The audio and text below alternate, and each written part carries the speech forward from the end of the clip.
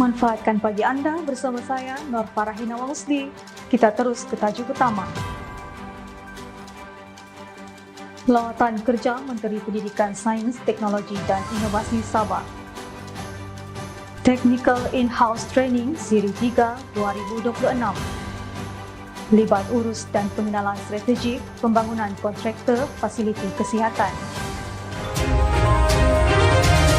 Assalamualaikum dan salam sejahtera. Pada 6 Jun lepas, Yang Berhormat Datuk James Ratib, Menteri Pendidikan Sains, Teknologi dan Inovasi Sabah telah mengadakan lawatan kerja ke tapak projek pembinaan bangunan baharu Perpustakaan Kota Marudu bagi meninjau dan mendengar taklimat ringkas mengenai status semasa, kemajuan kerja serta aspek pelaksanaan projek yang disampaikan oleh Jurutera Daerah Kota Marudu, Insinyur Teknologis Geospatial Muhammad Fauzi Zikri.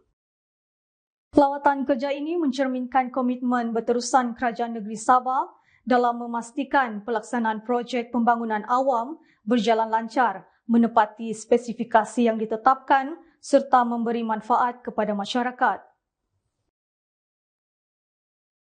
Cawangan Institut Latihan telah melaksanakan Technical In-House Training Siri 3 2026 bagi penolong jurutera J5 lantikan baharu di setiap cawangan dan daerah seluruh Sabah 4 Jun lepas.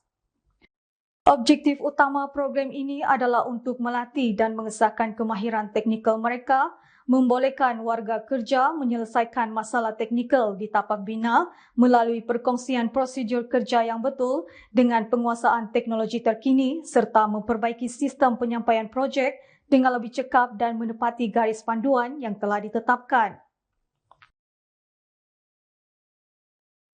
Pusat Kecemerlangan Kejuruteraan dan Teknologi JKR KRED, JKR Malaysia, telah mengadakan sesi libat urus dan pengenalan strategik pembangunan kontraktor fasiliti kesihatan yang melibatkan kontraktor grade G7 berpenghususan B04 dan B29 yang berdaftar dengan CIDB di negeri Sabah.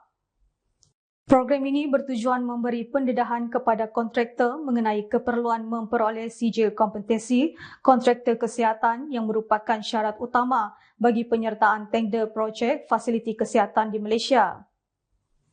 Selain itu, sesi ini turut berkongsi maklumat terkini berkaitan inisiatif strategik pembangunan kontraktor fasiliti kesihatan, mendapatkan pandangan serta maklum balas industri dan memperkukuh kerjasama strategik ke arah pembangunan ekosistem kontraktor yang lebih kompeten, berdaya saing dan mampan.